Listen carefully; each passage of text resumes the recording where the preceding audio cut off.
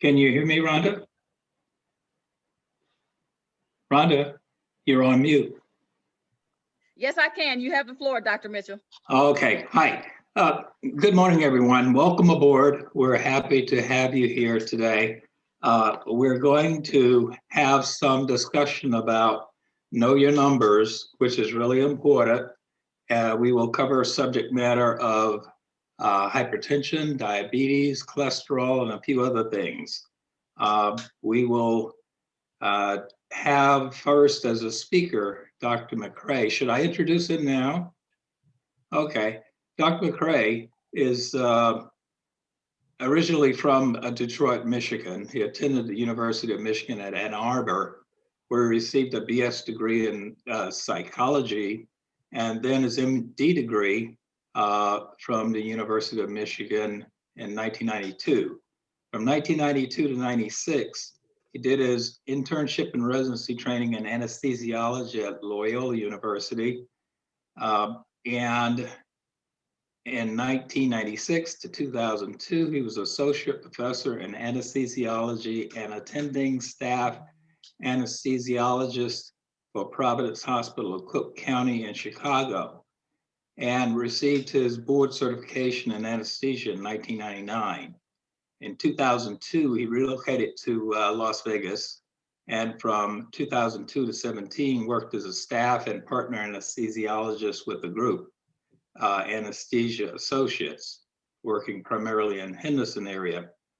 In December of 2017, Anesthesia Associates joined USAP Nevada, and as a partner anesthesiologist, he's worked at over 15 hospitals and surgery centers across Henderson and Las Vegas. So we welcome Dr. McCrae, who will speak to you on blood pressure and surgery. Okay, can you hear me? Okay, thank you, Dr. Mitchell.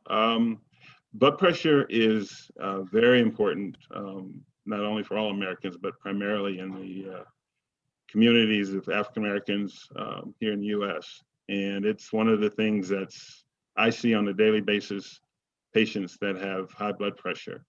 And part of this is know your numbers. The main thing for people to do is, if you don't know your blood pressure, that's the most important thing, is to know what your blood pressure is. And basically, most people know it's two numbers. They consist of, one's the systolic blood pressure, which is the top number, or the first number, and then the diastolic, which is the second number. Basically, that first number indicates the pressure in your heart, in your arteries rather, when your heart beats. And the second number, or diastolic, is the pressure in your arteries when the heart relaxes. So you get the higher number because there's higher pressure when the heart's beating, and then when the heart relaxes in between each beat, that number goes down. Ideally, blood pressure should be in a range from 90/60 up to 120/80. And that number, that 120/80, has been kind of adjusted up or down as time's gone on, where they've now said even lower than that is what your pressure should be considered normal. But for the most part, ideal is, like I said, between 90/60 and 120/80. Elevated blood pressure would be considered 120 to 129 over any number that's 80 or less. And the first stage of hypertension, which is the more concerning one and the one that needs to be treated, is when your number gets from 130 to 139 over 80 to 89. And that's when you should seek out a doctor and see if you can, start controlling that, managing that. When your pressure gets higher, which is considered hypertension stage 2, that's 140 or higher over 90 or higher. And that's where a lot of patients fall in the category of they're not taking their medication that they have been prescribed, or that they just aren't on the right medications, or they just don't know their pressures. They have high blood pressure, which a lot of people don't. They know that people in their family have it, but they don't take the time to check their own blood pressure. If blood pressure gets higher, we consider it a hypertensive crisis, meaning you need to go to the emergency room right now. because you're at risk of stroke, heart attack, or other significant organ damage. And that would be 120 over 120. 180 over 120, excuse me. Now, in terms of blood pressure, our most concern is high blood pressure. Although there is issues with low blood pressure, and those aren't as common or aren't as, I guess, what we need to be discussing when you say know your numbers. The lower numbers are usually things that happen when a person is in shock or when they're septic, meaning they have an overwhelming infection. If they have a heart arrhythmia, that their heart's beating too fast and their blood pressure can't sustain that, or if they have severe anemia, meaning they've lost a lot of blood. But for the most part, what I'm going to focus on is high blood pressure. It's one of the most common, like I said, prevalent conditions, health conditions facing Americans today. 68 million Americans, or 1 in every 3 adults, have hypertension. And almost 20% of those don't know that they have it. It places you at a greater risk for heart disease, stroke, and I'll cover a couple other medical issues that can result from uncontrolled hypertension. Only about 25% of adults with hypertension have it under control, meaning they're on the right medications, they take them daily, and it keeps their blood pressure within that range I mentioned earlier. Hypertension was the primary contributing cause of death for almost 500,000 Americans in the US in 2018. So it is, like I said, it's significant. I mean, we're approaching 400,000+ people who've passed from the coronavirus, but every year we get almost that number from just hypertension alone. From 2003 to 2014, hypertension cost the US almost $131 billion each of those years, just to take care and treat people with hypertension and subsequent diseases. It's been found that men are more likely to have hypertension than women, 47 to 43%. Now, as far as what causes high blood pressure, there's a vast array of things that cause it, from smoking, being overweight, obese, lack of physical activity, too much salt intake in the diet, too much alcohol, meaning 1 to 2 drinks every day, not social drinking, 1 to 2 when you go out to dinner once a week, twice a week.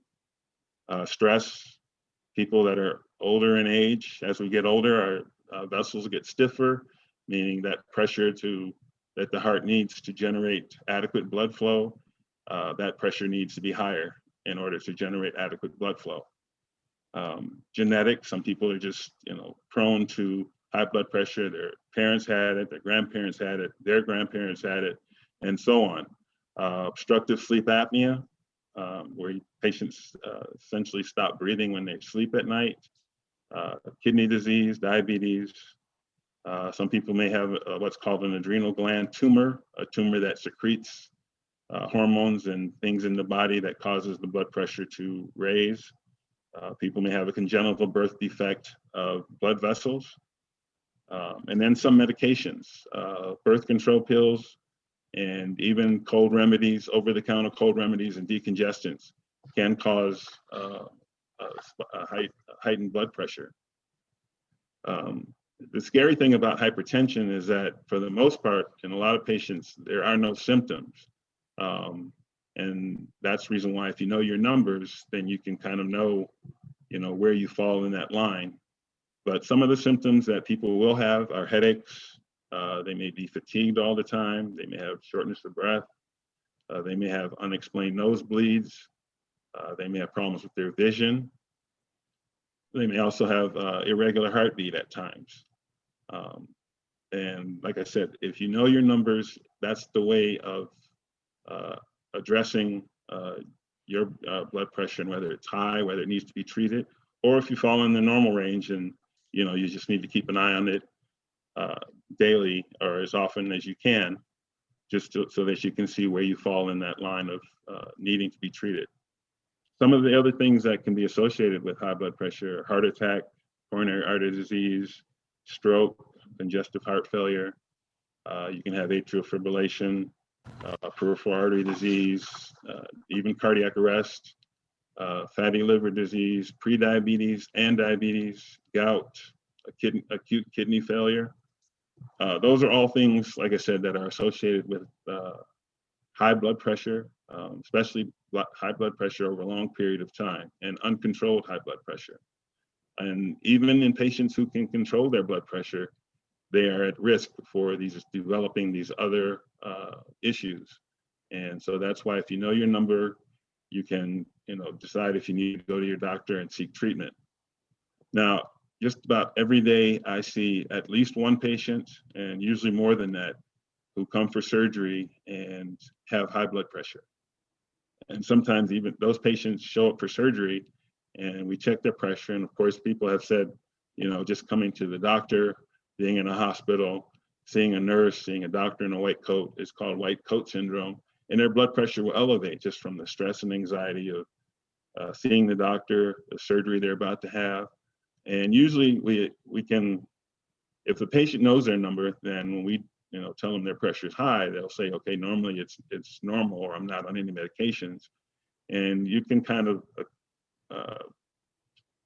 I guess, say that, okay, it's the white coat syndrome if it's slightly elevated, but there are certain numbers that if it's, like I said earlier, the numbers that we consider would be, 150 to 160 over 90 to 100 or higher than that.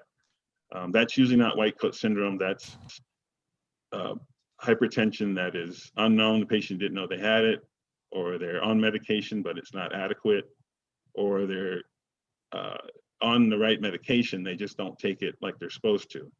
And sometimes we do get patients who they're having surgery and the nurse or whoever calls them the day before will say, nothing by mouth, but usually we always tell them, except for the medications you normally take every day. And the only medications that we would tell people maybe not to take would be like blood thinners, or if they're on a water pill, a diuretic, or a certain type of blood pressure medications that the morning of surgery, you could probably hold off on those. But it's always best if you're on medication and you go for surgery, ask specifically about each medication, if you should take it or not. When people say nothing by mouth, that means food or drink, things like that. You can take water with pills. If you normally take your blood pressure medication in the morning with water, just take enough to wash that pill down, and that's it. Our goal in terms of anesthesia is we see patients who come in and they, for the most part, I'm going to talk about elective surgery, meaning it's not an emergency. You don't have to have surgery right now. It's a surgery where you go to outpatient center or even a hospital. It's something that, a hernia or something like that, something that's not emergent. And our goal is to take that patient with their medical issues and to get them safely through their surgery. Our goal in terms of their blood pressure, their heart rate, all of that is to keep those stable.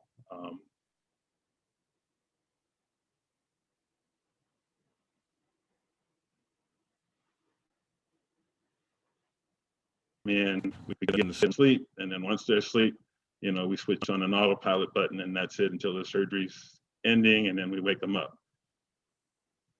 That's essentially not the case. I mean, once we get them in the operating room, we hook them up to the monitors, we monitor their heart rate constantly, we monitor their blood pressure every 3 to 5 minutes, their oxygen level, all of those things to make sure that patient is safe during surgery, make sure they don't feel any pain, that they're completely asleep during the surgery.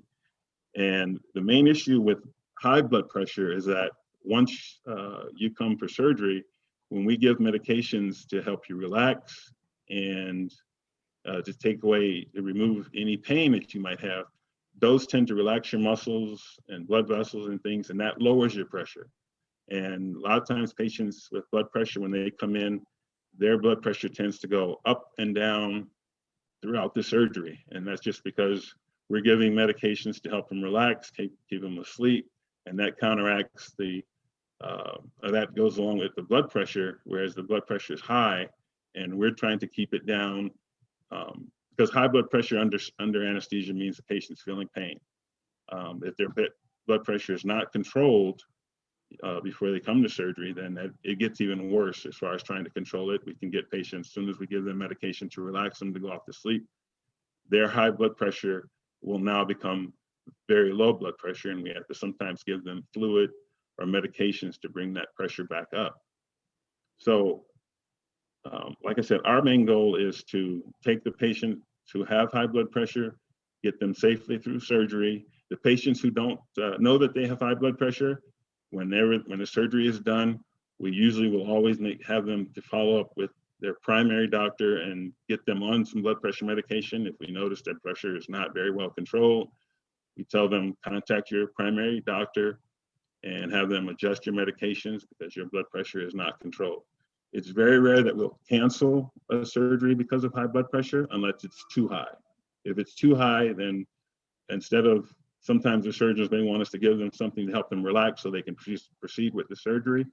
But for us, the main thing is that that person follow up with their primary doctor, who can then put them on the right medication, start them on medications to control their pressure. So, like I said, I hope that that's kind of been a lot to take in as far as blood pressure, but the main thing I can stress is know your numbers. CVS, Walgreens, Amazon, all of those sell blood pressure monitors that you can buy at very inexpensive costs. And I would say, start today. If you don't have one, go out, and get one of those, check your blood pressure and know what your numbers are. Know on a daily basis, what your blood pressure is. Check it in the morning and check it at night, see if it's different during those times. And like I said, because high blood pressure has no symptoms, it's very important for you to know your numbers, because it could be high and you have no symptoms, which is very scary. So with that, I'll turn it back over to Rhonda and Dr. Mitchell. Okay. Thank you, Dr. McCray. You bet. Okay, ladies and gentlemen, coming to the stage next is Dr. Bennett Mitchell. Dr. Bennett Mitchell is originally from North Carolina. He attended North Carolina A&T State University, which is one of 107 historically Black colleges and universities. While he was in college, he studied biology. Then Dr. Mitchell went to medical school at the University of North Carolina, and he completed his residency at Malcolm Grove Medical Center at Joint Base Andrews, which is known to the people from the East Coast as Andrews Air Force Base in Prince George's County, Maryland. Dr. Mitchell did his entire medical career in the United States Air Force, and he retired in 1995. He then moved to sunny Las Vegas and began working with Southwest Medical Associates, where he is today. Dr. Mitchell has been a member of the 100 Black Men of Las Vegas for over 10 years, and he is the chairman of the Health and Wellness Committee. Welcome, Dr. Bennett Mitchell. Thank you, Rhonda. I'm going to ask to share my screen.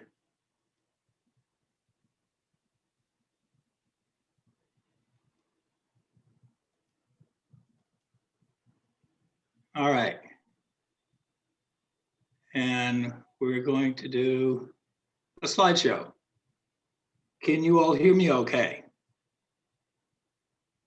Rhonda? Yes, we can. Okay.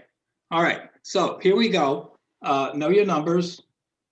We're going to talk about hypertension, diabetes, and lipid panels. All right. We're going to do this by way of a patient scenario. This is a real patient I saw. It's a 39-year-old male with a history of diabetes and hypertension who had not been seen for care for about 4 years due to lack of health insurance. The patient had previously been on medication, but none for the past few years. He presented with symptoms of tingling in his feet, dizziness, frequent urination throughout the day, and increased thirst. Patient stated he checked the finger stick glucose last week and was in the range of 250 to 350.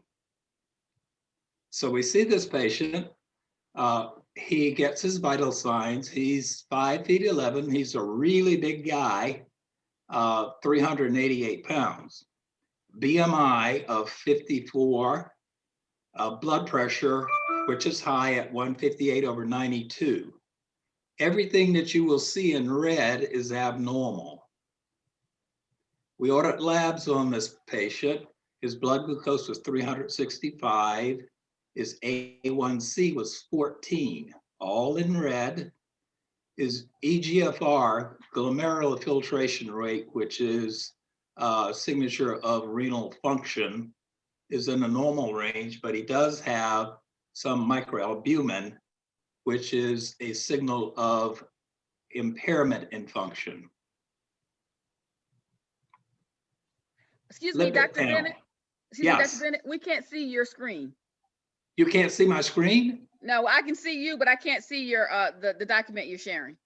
Oh, let's see. How do I fix that? Did you go to the green button, share screen button? Yes, I did. And did you open up the screen you want us to see? Yes, I thought I did. Let me go back. Okay. Let me go back and get out of it. You can see me, you say? Yes, I can see you, but I can't see your screen. All right, let's see if I can. How do I get out of it then? So Hold on. I'm trying to figure out how to get out of the screen now. Okay, let's see. I'll end the show. And I will. Okay. All right. Okay, I'll hit share screen again. okay. There we go. You see it now? Yes, we're ready. Hit Oh, slideshow. sorry about that. Hit slideshow. Okay. Slideshow. Okay. Oh, there see you it go. now? Yeah, Okay. we're ready. All right, so let's get caught back up to where we were. All right, we've gone through, let's see. We've gone through this slide. We looked at his vital signs. We see he's a heavy guy. We looked at the initial labs, all in red, which is abnormal. His lipid panel, I think that's where we were. Cholesterol is, the total cholesterol numbers is normal. His good cholesterol is low, which is the HDL. Think of that as good cholesterol. That's the cholesterol that will essentially take lipid-laden particles away from the heart and other major vessels. Triglyceride, think of that as the carbohydrate load that this person is carrying. LDL, think of that as bad cholesterol. Think of that as, this is the one that's going to take the lipid and deposit it into your arteries, okay? So he has low good cholesterol, high bad cholesterol, and high triglycerides. Okay, he has high blood pressure. His blood pressure is 158/92. Now, we will briefly go through some items related to hypertension. Treatment of hypertension, the most common reason for office visits and for chronic prescriptions. I see this every day on almost every patient. Almost 50% of people with hypertension are not adequately controlled. You prescribe it, but you can't make them take it. Okay, how do we define hypertension? Proper measurement. This is really important, especially when you go see your doctor. Do not smoke a cigarette, do not drink a cup of coffee, and run late for your appointment. Because if you do, when you come in, your blood pressure is going to be high. And then the question is going to be, is this really your blood pressure? What is your blood pressure at home? And some people take it and some people don't. It's best that you do. We talked to Dr. McCrae already told you what normal blood pressure is. As you see here, less than 120/80. Elevated blood pressure, 120 to 129/80, less than 80. Okay, the different stages of hypertension. Stage 1 is 130 to 139/80 to 89. Stage 2, the systolic 140, and diastolic is less than 90. The higher value of systolic or diastolic determines what stage of hypertension the patient is classified. What are the risks of hypertension? The risks are listed here. Age, as you get older, blood pressure goes higher. Obesity, almost a lineal relationship. Family history, 2 times more common if one or both parents have hypertension. Genetic factors account for 30% of the variation, especially in Black people. High sodium, excess alcohol, as was mentioned, and physical inactivity. Complications, heart muscle enlargement, left ventricular hypertrophy, heart failure, ischemic strokes, hemorrhagic strokes, intracerebral hemorrhage, ischemic heart disease, that's your classic heart attack, chronic kidney disease, and end-stage kidney disease. Hypertension is the most modifiable risk factor for premature cardiovascular disease, more so than cigarette smoking, bad cholesterol, or diabetes. Hypertension, very important. The risk of stroke from hypertension is 2 times higher in Blacks compared to whites in age 45 to 64. Significant problem. Okay, now we switch to the patient's weight. His weight was 388. He's morbidly obese, okay? 388 pounds with a BMI of 54.1 equals morbid obesity. Okay, what is BMI? Calculated by the weight in kilograms divided by your height in meters squared. If you are overweight, if your BMI is greater than 25. Next time you go into your provider's office, find out what is your BMI. Okay, you're obese if your BMI is greater than 30. And this is associated with 80% of type 2 diabetes. And being obese decreases your survival by 2 to 4 years. Obesity decreases your survival by 2 to 4 years. Important. Okay, then we have morbid obesity, which this patient is without any doubt. BMI greater than 40. Morbid obesity will decrease your survival rate 8 to 10 years. Morbid obesity decreases survival 8 to 10 years. Increased BMI equals increased mortality, cardiovascular disease, stroke, diabetes, chronic kidney disease, cancers, including liver, kidney, breast, prostate, and colon. However, adults can lose 1 to 2 pounds a week by consuming 500 to 1,000 calories fewer per day. I saw one morbidly obese female patient who came in. Her BMI was 45. After I got her history, I found out that she was drinking 5 cans of soda a day, which contributed to her obesity. So we had a discussion and we asked her to decrease the intake of her sodas. She came back 2 months later and she had lost 14 pounds by simply cutting out the sodas.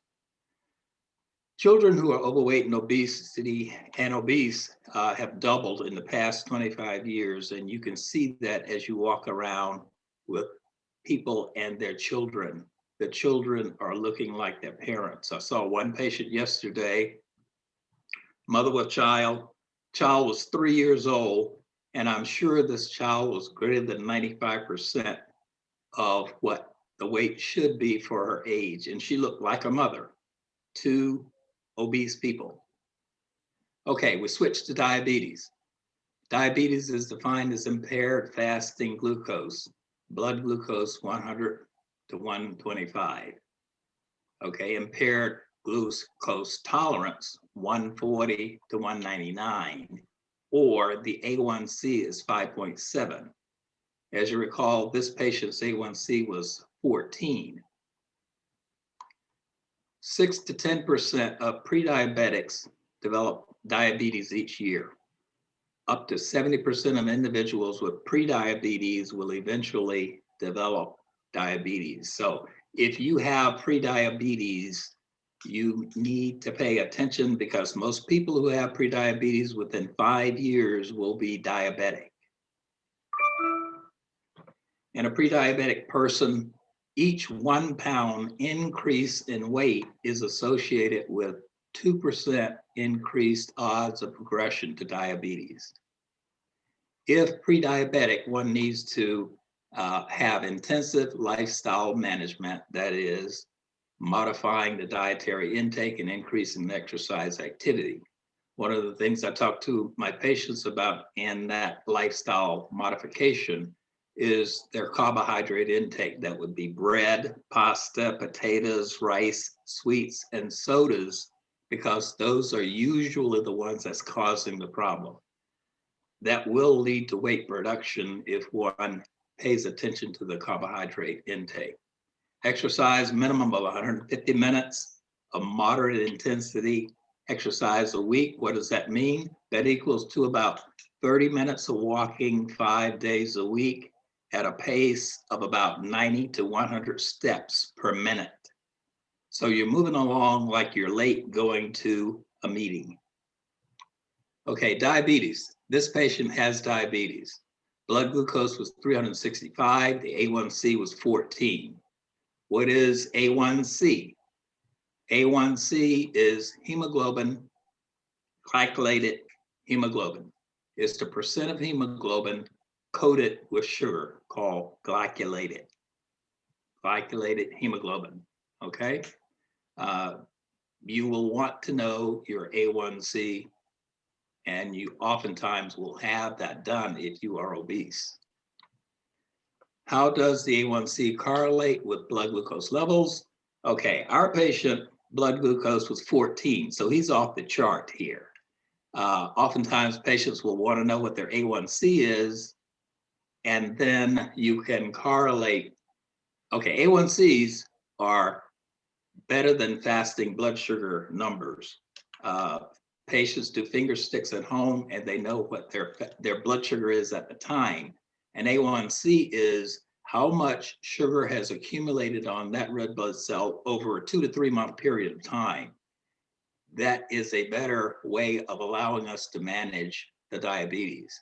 Now, this can be affected adversely by a patient who may have a hemoglobin abnormality, like say a sickle cell patient. You can't rely on the A1C because of the rapid turnover of the red blood cells. What is required for the diagnosis?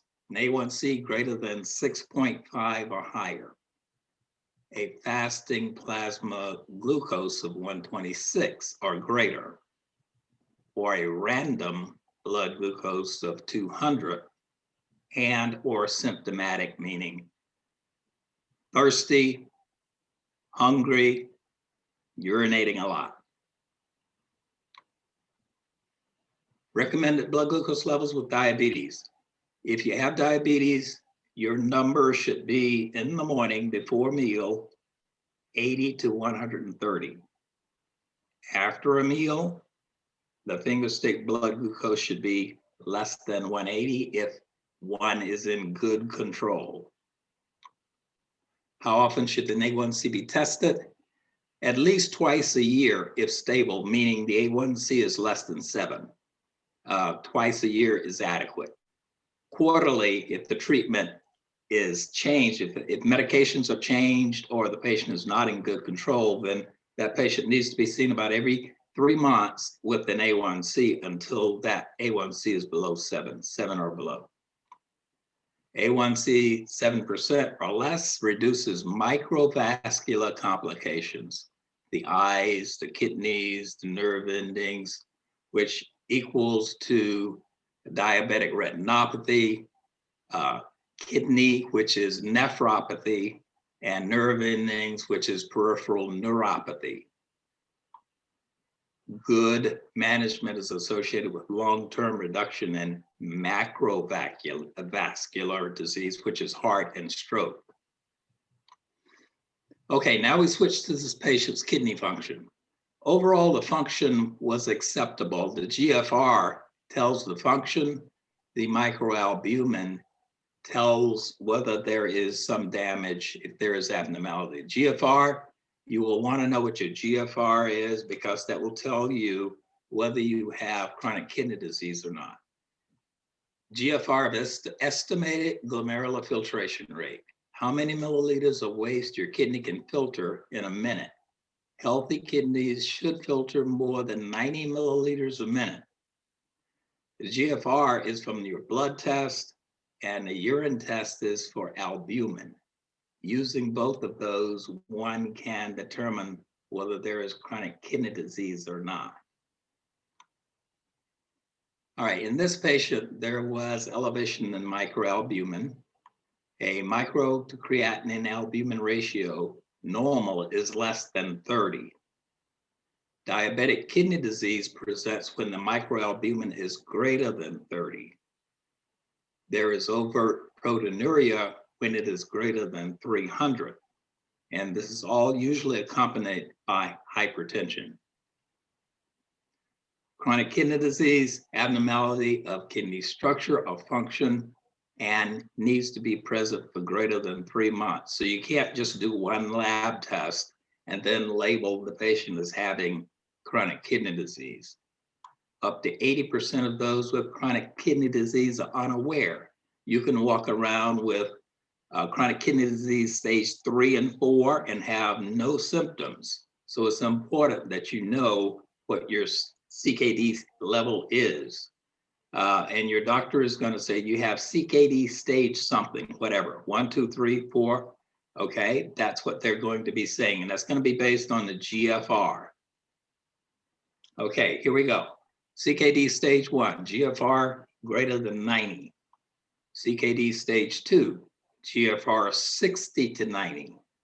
Stage 3, and you see the GFR is dropping lower and lower. The filtration rate is lower and lower until you get down to stage 5, where it's less than 15 milliliters a minute. This patient is in kidney failure and on the way to dialysis. Usually by the time you get to CKD stage 4, the patient is going to be referred to a nephrologist, and there will be discussions about potential for future failure and dialysis. African Americans older than 49 years old, the creatinine is 13% higher.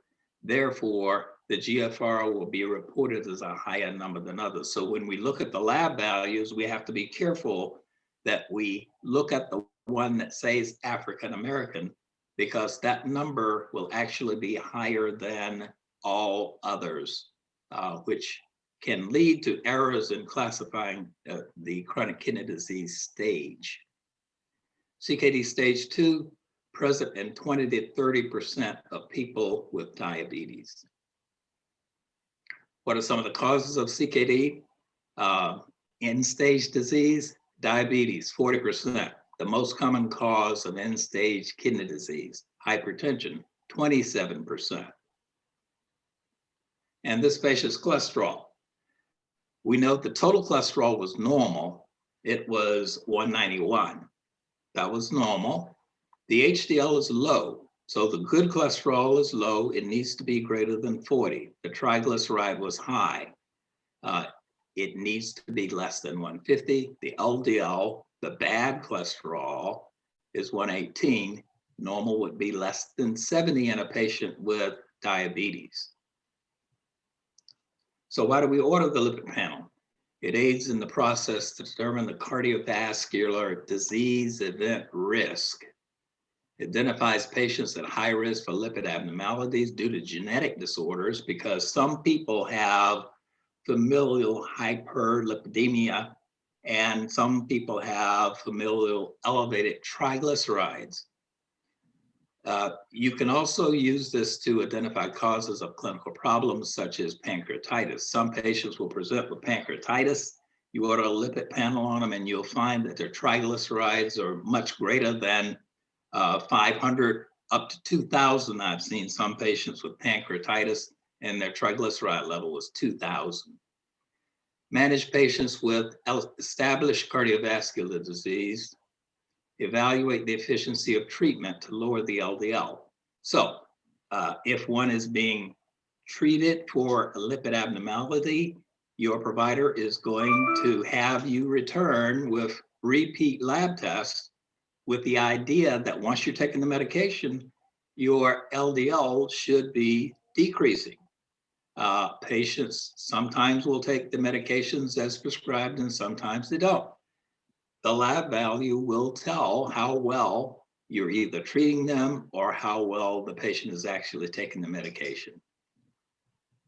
Lipid panels are made up of total cholesterol, the HDL, good cholesterol, triglyceride, think carbohydrates, LDL, think bad cholesterol. So you need to know what your total cholesterol, your good cholesterol, your bad cholesterol. Most of the time, the triglyceride is not going to be a major issue. It's going to be whether you have high good cholesterol or high bad cholesterol. Now, higher good cholesterol is protective. So if you have a high good cholesterol, consider that protective. Okay, hyperlipidemia is referred to elevated total cholesterol, LDL, or triglyceride, as we just described. The desired range for your cholesterol, LDL, which is the major one that we treat, is less than 100 for primary prevention. You have primary and you have secondary cardiovascular disease prevention. So for primary prevention, you want it to be less than 100. Less than 70 for people with coronary artery disease or diabetes with 2 or more risk factors, and risk factors can be the morbid obesity, hypertension, and several others. Okay, so we've gone through a scenario with a patient who came in with grossly abnormal numbers. I treated this patient and saw him back in 3 months. When he returned, his blood pressure was 130, it was 78. His weight was 375 pounds. He had lost some weight, but not as much as I would like. His fasting blood glucose was down to 130. His A1C was down to 8, still not good enough, but marked improvement.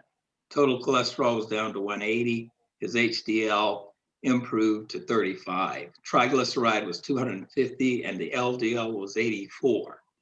Now this is improvement, but this patient is far from being out of the woods. Now this is a 39-year-old guy who's going to be on medication for the rest of his life.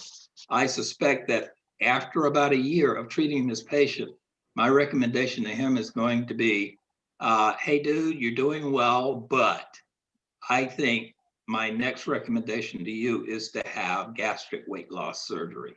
This is a 39-year-old guy with hypertension, diabetes, and other complications that I think is not going to go away. He's not going to lose all of that weight, and the most effective treatment for him is going to be gastric weight loss surgery. Okay, so today we reviewed a scenario of the patient with multiple abnormal numbers, which were the result of disease and lack of treatment.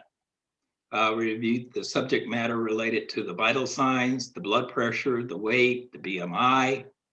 We defined normal versus abnormal lab values, including the blood sugar, the A1C, the glomerular filtration rate, the urine albumin, and the lipid profile.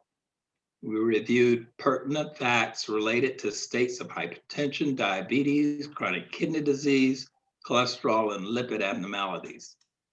The objective of this discussion was to enlighten you on how to have a better understanding of your numbers. And you will often encounter these numbers as you are visiting with your doctor. So make sure the next time you see your doctor or you get some labs, you look at these numbers and make sure you have an understanding of what they mean and what it means to your health. Your participation in your care will make all the difference in getting those numbers into a more acceptable range. So with that, Rhonda, I think we have completed the formal discussion. Now we can have questions if there are any. Yes, does anyone have any questions?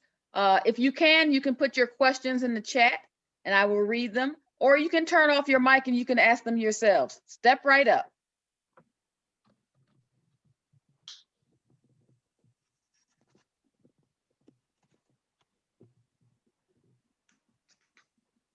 Okay, the first question is, earlier, Dr. Bennett mentioned that someone drinking 5 sodas a day causing issues. Does it matter what type of soda? Diet, caffeine, caffeine-free, etc.? Well, the defense I always get from patients is, oh, but it's 0 calorie. It has no sugar in it. My response to that is, okay, you're morbidly obese. You need as few calories as possible. Do you know what the sweetener is in that soda that says there's no sugar in it? I suggest to them, if you really want to try to lose the weight, avoid the sodas completely. Just drink 0 calorie water. And if you have to have a flavor to it, use something like Crystal Light. But sodas, people go to McDonald's and they get these, large size drinks and 7-Elevens, and they give you these sugary, slurpy drinks, and they're just loaded with calories. So I suggest just avoid them. Next question in the chat. What do you think about organic grown foods? Organic grown foods are great if they really are organic, okay? It may be healthier for you, but the question is going to be, was it truly organic? Or did they slap a label on it and charge you more for it? Okay, that is my only concern about saying I'm eating organic food. Okay. Another question is, someone asked, how important is daily exercise for your health? Very, very, very much. There isn't anything that ails you that won't be improved by daily exercise.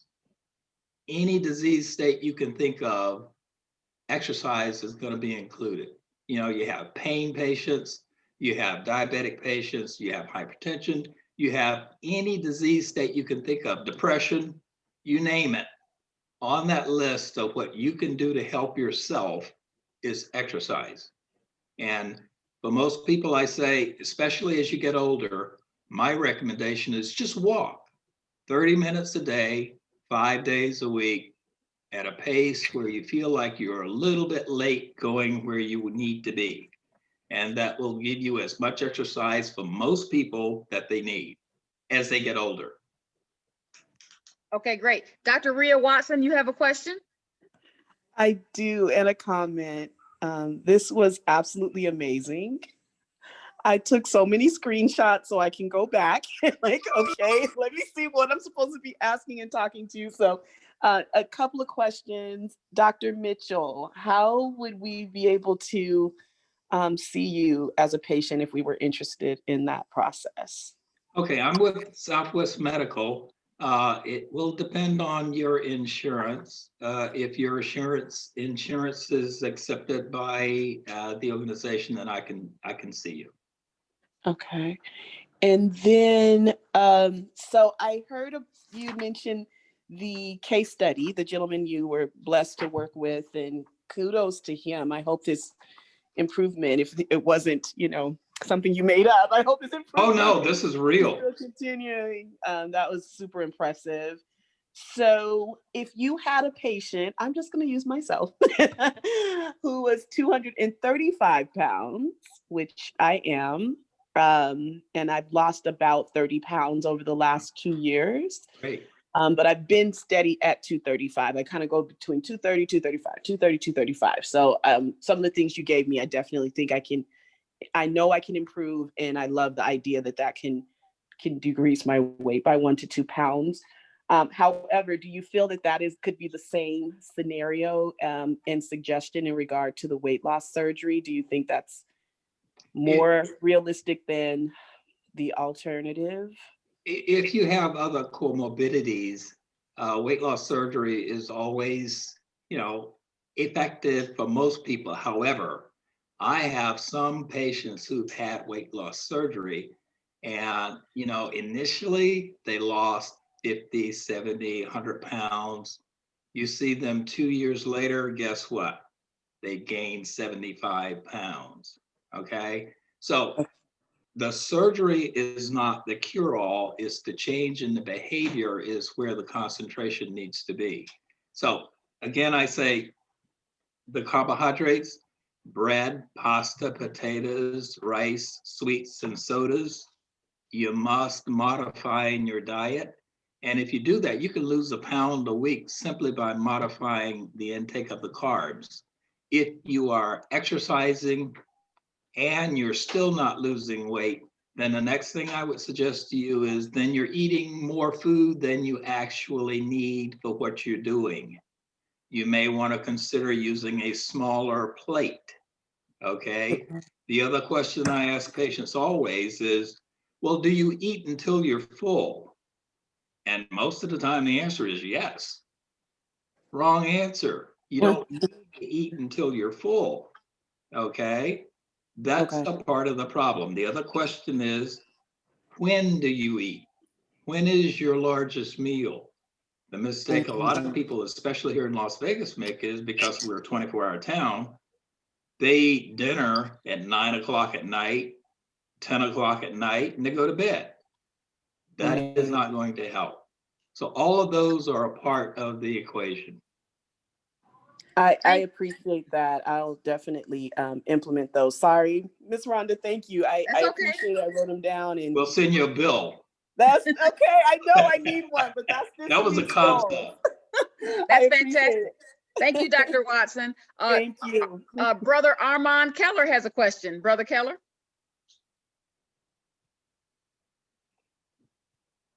Brother Keller? Okay. Well, Brother Keller's question is, what are safe levels for creatine protein? For what was that again? Brother Keller, are you there? I want to make sure I'm saying your question right.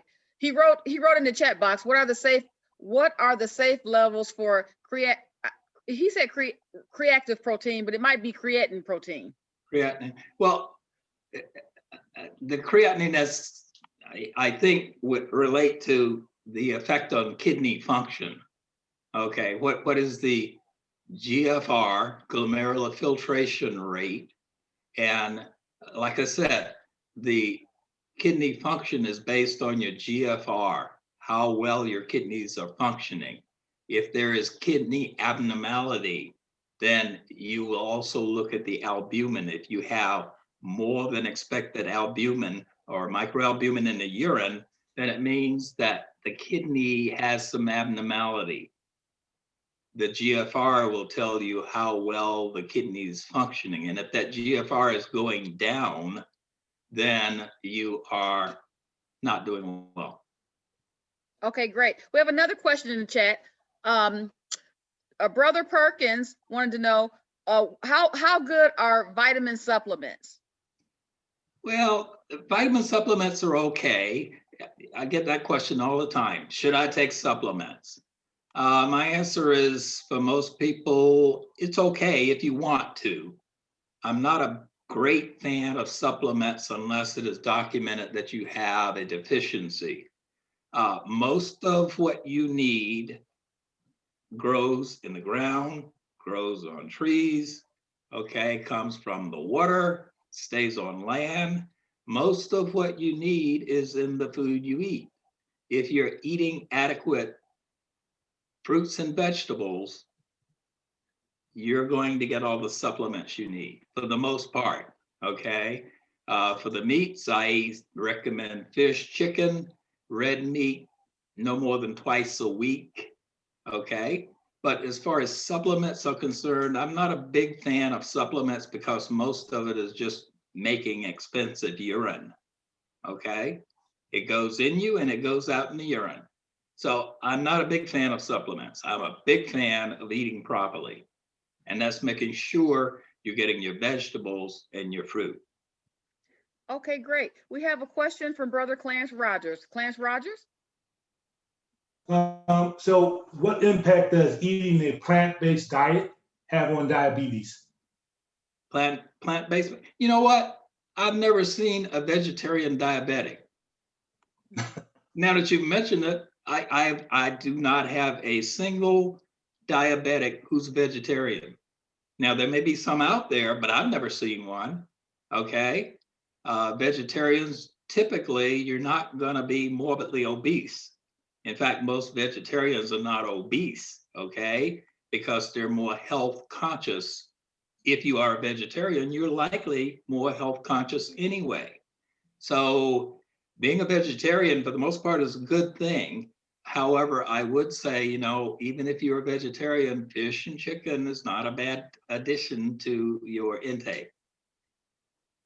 Thank you. Very, very good.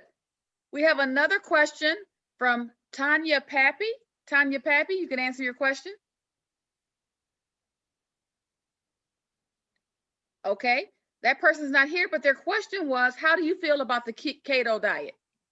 The keto diet? Mhm. Well, the keto diet is essentially concentrating on lowering your carbohydrate intake, okay? I'm not a big fan of saying, and load up on the meat, okay? I would say one can do almost anything in moderation, but if you're really concentrating on trying to lose the weight, you really got to concentrate on getting the carbs modified in your diet, okay? So keto diet is not bad. You're not going to do it forever, right? But I think if you modify your intake on a daily basis, if you're overweight, so that you're losing a pound a week, that's adequate. Okay, great. We have our last question for the day. The question is, many fitness gurus advocate avocados and olive oil in the fight against cholesterol. Is that true? Olive oil is not, yes, it is true. Okay, yes. I would just say yes. Okay, great. Oh, we have another question. Actually, we have two more questions. This is from Brother Thornton Hall. He wants to know, when walking, does it have to be fast paced? So do you have to walk fast paced, or can you walk any pace? What is good for you? What is best for you? Any pace is better than not walking at all, okay? Because you have to get your entire body involved in walking, okay? However, for moderate intensity, check the number of steps you make in a minute. If you're getting 90 to 100 steps in a minute, then that's the pace you need. Okay, great. We have several more questions, and I want to make sure we get through them. Brother Joe Martin wants to know, does the type of liquor you drink make a difference, dark versus light? Well, there have been many studies out there, it's the red wine versus the white wine, okay? And of course, the majority will say, oh yeah, the red wine's better for you, okay? But there are studies that also suggest that it's not so much necessarily whether it's red versus white. A glass of alcohol a day has been shown to decrease your cardiovascular risk. However, the more you drink, the more you increase your risk. So you can find studies that'll say red wine is better for you than white, okay? But you will also find studies that'll say it doesn't matter. Alcohol, 1 glass, maybe 6 glasses a week is actually cardioprotective. Fantastic. Brother Herman Hinkle, if you're at your computer, you can ask your question live. Okay, so the question is, in terms of blood pressure, how do you know what number to take? For instance, if you go to the ENT doctor, you may come back with a 138/82. You go to the your primary, you may come back with a 117/72, and so on and so forth. So what number do you trust, and what's the rule? Because one person might tighten that band tighter than the other, you get different numbers. So okay, I always ask my patients, what is your blood pressure at home? Okay. That's the first thing I want to know is, what is your blood pressure at home? Because majority of the time when you go in to be seen by a provider, your blood pressure is going to be higher. So I always want to know what it is when you're at home. I always want to know, when did you last take your medication? Okay, because that makes a difference as well. I want to know whether you had a cigarette, whether you had a cup of coffee, did you rush into the office? Did you sit quietly for 5 minutes before that medical assistant attacked you with the blood pressure? okay? I want to know, when you're at home, do you have a blood pressure cuff that is digital and automatic, or is it one you're pumping up and trying to listen yourself? Is it a wrist cuff? Is it an arm cuff? All of those are the questions I would ask. Okay. But most importantly, you need to know what your blood pressure is at home. Got it. Okay, great. Next question from Brother Daryl Rayford. Daryl? It's really not a question, Doc. It's a suggestion. Every time I go to the doctor and I get lab work, when I go back and go over the lab work, I ask for that document. So now I have a record and I kind of keep track of what I'm eating and everything that you talked about, and I can kind of see if I'm doing okay or not. My A1C went up to 9, and I changed some things and got it that exactly. It went down to 8. And I'm diabetic too, and you know how thin I am. I mean, and your face tells a lot of much of the story. So I'm concerned as well. And I've lost maybe 15 pounds to try to get that down. And I don't know if I've just resolved myself to a genetic problem than a weight problem. I'm down to 175 pounds. So I get that lab sheet and I just kind of monitor, and I try to monitor what I eat. Okay, my first question is, are you exercising? Well, right now, big no. Big Why? no. Because All right. That's free medicine. I always see exercise as free medicine. well, Okay. my psoas muscle is killing me. I cannot do anything. You could walk. So I had a physical therapist say, wrap it up. And well, I guess I can walk. Yeah. Yes. But really, no, I haven't, because for the past 3 weeks, I'm going through golf withdrawal.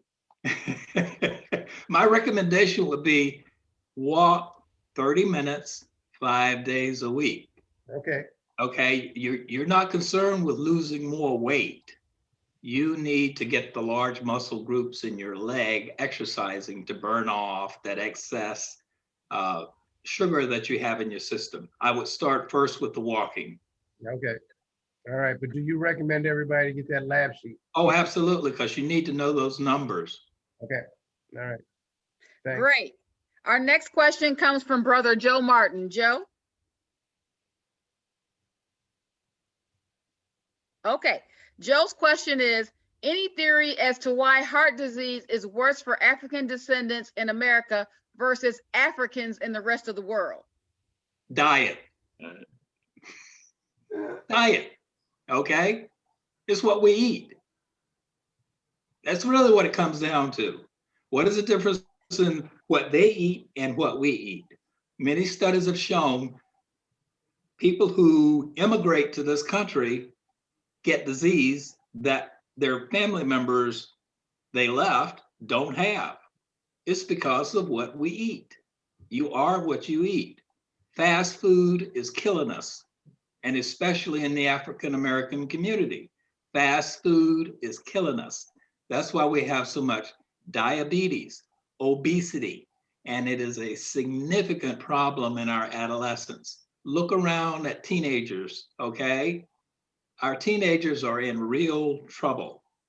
They're getting obese at a younger age than the parents did. They're going to have high blood pressure, they're going to have diabetes, and all the complications that go along with that. It's our diet. And, we don't work very hard anymore. Most of the time, most people are employed sitting someplace and they don't exercise. It's our diet and lack of exercise. And our young people are sitting in front of a TV screen or a monitor on the computer, eating fast food. Okay, great. Our next question comes from Richard Kirkendall. Richard? Yeah. Hey, Doc. Mitchell, I think you mentioned about 160 minutes a week to exercise. What if you do those 160 minutes in one day? And then also, is there anything as far as if you overexert yourself during the week? Not a good idea to overexert because you get injuries. Okay, now there is moderate intensity, which is 150 minutes a week, or you can do 75 minutes of more intense exercise activity. Okay, so you can do it at a more intense episodes of exercise, and that will be just as effective. Okay, so if you want to do more intense, just be careful that you don't injure yourself. All right, thank you. Okay, great. Dr. Watson has another question. Dr. Watson? Okay, her question was, yeah. oh, there she is. Thank you. Yeah, I didn't know that you were going to read it. So I was asking about the carb intake, because you're saying to minimize your carb, but what does that look like on a daily basis? And does that include fruit? Is it like all carbs, or, what does that look like? Okay, Thanks. the carbs that you need to concentrate on, first on the top of the list is bread. You do not need to have bread at every meal, okay? Bread. The next one on the list is pasta. Now, all of these carbs is because we want something that's fast, okay? Think about it.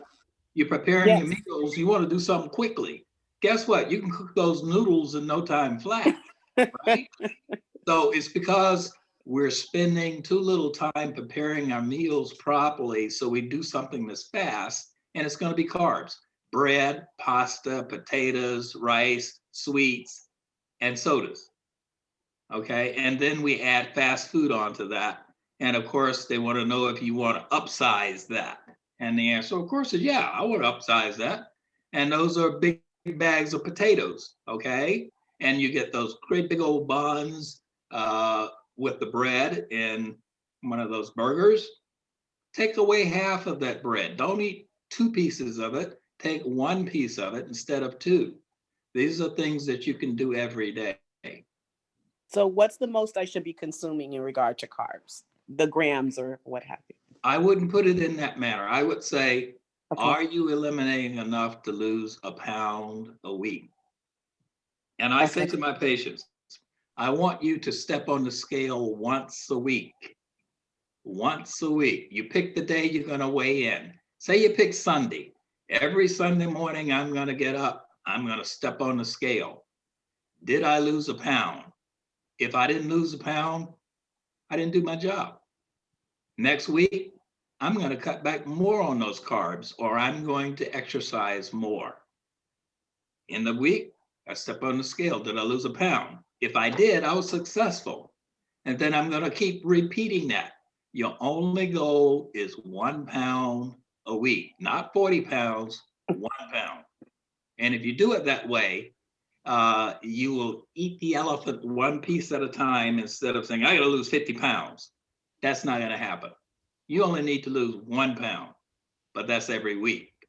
And if you think of it that way, you'll be more successful. No, that's very, very doable and very helpful.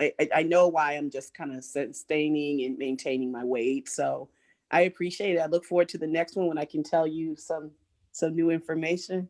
Great, great. Okay, wonderful. Brother Rogers has another question. Brother Rogers? Yes, so I have a digital risk of blood pressure monitoring, and I monitor my blood pressure twice a day. I have over a year's worth of data. What I notice is when I drink distilled liquor like tequila, my blood pressure elevates the next day. When I drink red wine, my blood pressure stables out to 35 over 80 or even less. So what my comment is, follow up on Brother Joe's question, drinking distilled liquor definitely raises your blood pressure. You have a higher percentage of alcohol in that distilled liquor than you do in your red wine.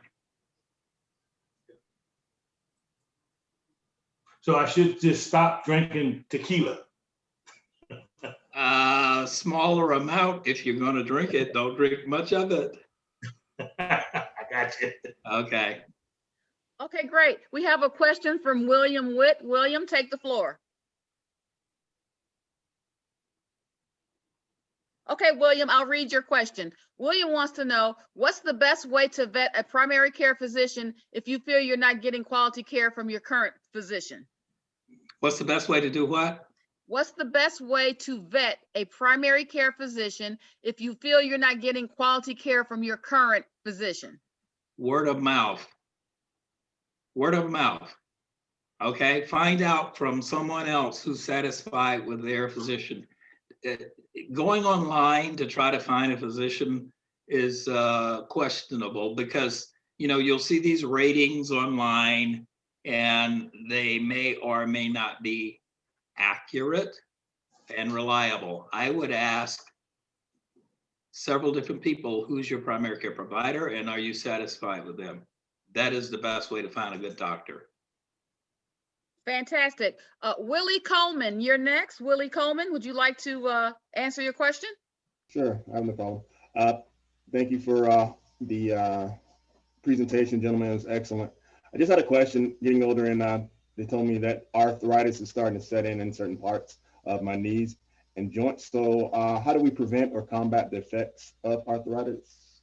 The only way you prevent it is don't get older. Okay. Now, you want to get older, so you're going to have arthritis. The best thing to do is remain physically active. Even if you have arthritis, you need to remain physically active, because if you don't, you will notice that you will hurt more if you've been inactive for a period of time. So remain physically active and assume if you have arthritis, it's going to get worse as you get older. It goes with the territory. Thank you. Great. We have one more question. And the question is, what is the concern when your blood pressure number is low? Are you on medicine or not? And are you symptomatic or not? If your blood pressure say 90/60 and you don't have any symptoms, I'm not worried about that. Okay. If you're on blood pressure medication and your blood pressure is 80/60, 40, we got a problem. We need to make some adjustments. Okay. But if you are asymptomatic and your blood pressure is 90/60, I'm not concerned about it. If it's lower than that, then I'm going to try to find out why. But most people are going to be symptomatic once they start dropping much below 90/60, especially when you're going from one position to another. Fantastic. Well, ladies and gentlemen, thank you so much for joining us for our first discussion on Know Your Numbers. We would like to absolutely thank Dr. David McCray, and we'd like to absolutely thank Dr. Bennett Mitchell. We really enjoyed you being part of our first webinar. Please keep in touch with us. We will be doing these once a month and we'll have a different topic. So thank you very much. In addition to, right after this session is a small survey we'd like for you to take. So if you could take the 60 seconds to do the survey, we'd really appreciate it. Thank you very much and enjoy your Saturday. Good day. Thank you. Please do the survey. We need the response. Okay. Bye-bye. Bye. Bye. Thank you so much. Okay. Bye.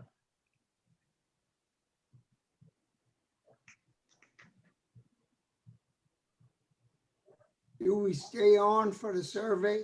No, when you leave, it'll pop up. It should pop up. Okay, thank you. Very good.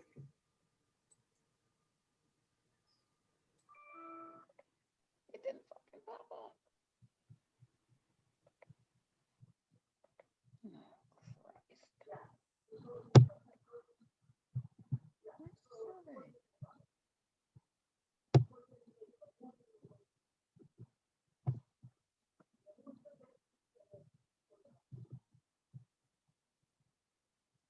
Oh, Christ.